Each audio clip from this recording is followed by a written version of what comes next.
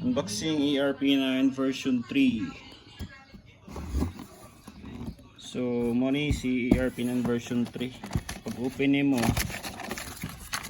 yung makita ang manual o ang unit. So si ERP9 version 3 nakakuan siya acrylic clear. Tapos naka metal gearbox ni dili na ni pareha sa uban katong version 2 o version 4 kay kining gold bitaw niya kini man gitawag gearbox.